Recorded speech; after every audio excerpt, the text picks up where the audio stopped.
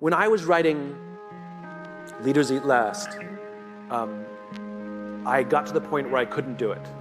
It was too difficult. I couldn't organize all the information. It was just too complicated. I couldn't do it, and I'd been trying for months. I probably missed multiple deadlines.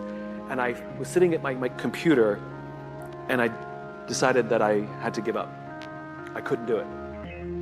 And so I got up and went for a walk, and I was literally planning my exit. I was going through the steps. I was going through the checklist of quitting. I knew that I have to give my advance back to the publisher, because technically I'm in breach. I knew that I would be humiliated, but I was preparing myself for it, and that I would get over it. I was also rationalizing that it was okay to quit. I told myself there are thousands, 10,000 books published every single year. No one will miss this one book.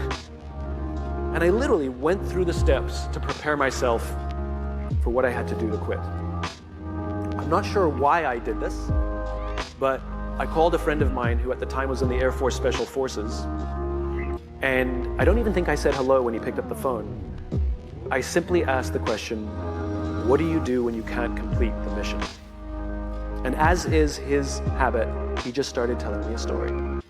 He was a helicopter pilot, and they had a mission in Afghanistan that was a suicide mission. All the intelligence showed that the air defenses were just too great, and none of them were going to come out alive.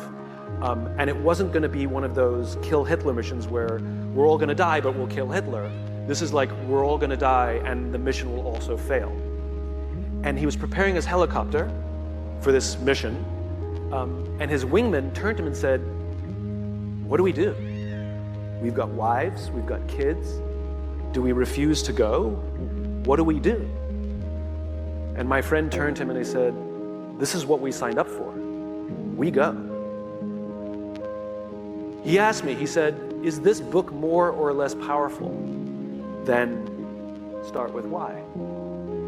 I said, the research has impacted me greater. It's more powerful. He says, all right, I'm going to tell you a funny story. Before I met you, I'd become disillusioned with the Air Force and I was going to quit. And I found this kooky little book called Start With Why, and it completely re-inspired me. And I decided to stay, and I'm a better leader now than I was before because of that book. And if you're saying that this book is more powerful than the first one, then we need this book. He said, this is what you signed up for. You have no choice. Clearly his mission was scrapped at the last minute. The underlying message of this is what you signed up for, you have no choice, wasn't a mean message. The underlying message was, and I will be here with you. The underlying message was, no matter what, you can call me at any time. I've got your back. And that's the important part.